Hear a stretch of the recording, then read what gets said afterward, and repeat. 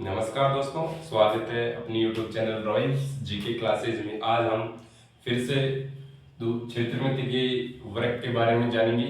वर्ग क्या है? वर्ग की परिभाषा आप सभी जानते हैं वैसे तो, जिसकी सभी भुजाएं समान होती हैं उसे वर्ग कहते हैं दोस्तों।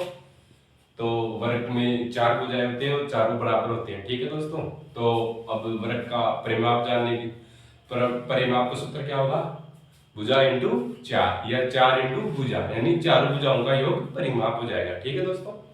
वहीं बात करें वर्ग का क्षेत्रफल की, तो इसका क्षेत्रफल हो जाएगा वर्ग का भुजा इंटू भुजा स्क्वायर, जो भी भुजा है उसका स्क्वायर कर देंगे, ठीक है दोस्तों।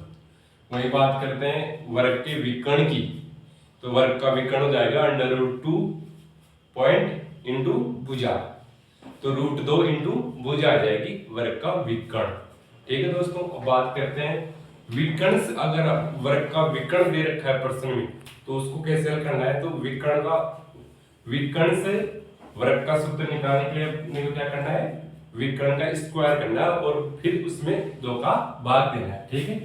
ये विकर्ण का सूत्र है। तो आगे देखते हैं उदाहरण से वर्ग के बारे में समझेंगे। उदाहरण से, जैसे किसी वर्ग की भुजा 8 मीटर है, तो उसका परिमाप व क्षेत्रफल तथा विकर्ण से क्षेत्रफल ज्ञात कैसे किया जाता है उसके बारे में जानेंगे। तो ऐसे वर्ग बना लेंगे अपन। 8 8 8 8 में आ जाएगी सभी भुजाएं। तो अब वर्ग का परिमाप का सूत्र जानते हैं। वर्ग का परिमाप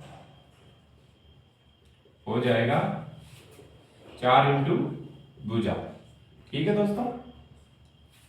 तो अब इसको सूत्र में रख लेंगे। 4 इंटू भुजा कितनी है अपनी? 8 मीटर, तो कितना आ जाएगा? 32 वर्ग मीटर, ठीक है दोस्तों। आगे बात करते हैं वर्ग के क्षेत्रफल की। तो वर्ग का क्षेत्रफल क्या बताया था? भुजा स्क्वायर, ठीक है दोस्तों। तो वर्ग का परिमाप, वर्ग का क्षेत्रफल कितना हो जाएगा? वर्ग का क्षेत्रफल क्या होता है दोस्तों? भुजा स्क्वायर, ठीक है दोस्तों। तो अब इसको वर्ग के सूत्र में इस अपने जो भुजा दे रखी है उसको रखेंगे। तो भुजा कितनी है अपनी? 8, तो स्क्वायर करेंगे, कितना हो जाएगा? वर्ग का क्षेत्रफल 64 वर्ग मीटर, ठीक है दोस्तों। कितना हो जाएगा? 64 मीटर। अब आगे बात करें वर्ग के विकर्ण की। तो विकर्ण कैसे निकालेंगे दोस्तों? विकर्ण का क्या हो जाएगा? वर्ग के विकर्ण का सूत्र क्या है दोस्तों? √2 इंटू भुजा, ठीक है दोस्तों। तो इसको कैसे ज्ञात करेंगे? तो अपनी √2 है इंटू भुजा कितनी है अपनी? 8, तो इसका कितना आ जाएगा? वर्ग के विकर्ण आ जाएगा दोस्तों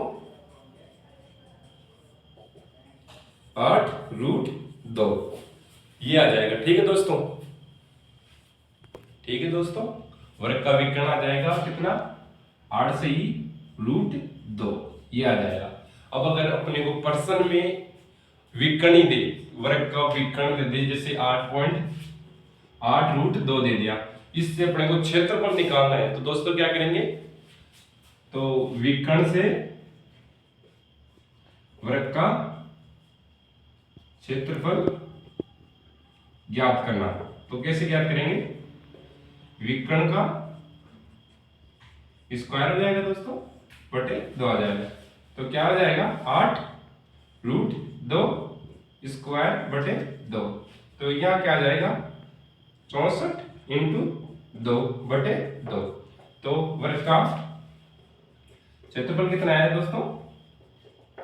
64। अतः अपने को वर्ग का परिमाप क्या हो जाएगा दोस्तों? 4 इंटू भुजा। ये तो वर्ग का परिमाप का सूत्र हो गया। वर्ग के क्षेत्रफल का सूत्र क्या हो जाएगा? भुजा स्क्वायर। वहीं वर्ग के विकर्ण का सूत्र क्या हो जाएगा? √2 इंटू भुजा। वहीं वर्ग के विकर्ण से अपने को क्षेत्रफल पूछता है, तो क्या हो जाएगा? विकर्ण का स्क्वायर बटे 2। ठीक है दोस्तों। तो अब एक क्वेश्चन अपने आयत का भी करते हैं दोस्तों। तो आयत के बारे में आप सभी जानते ही होंगे कि आयत का क्या आएगा।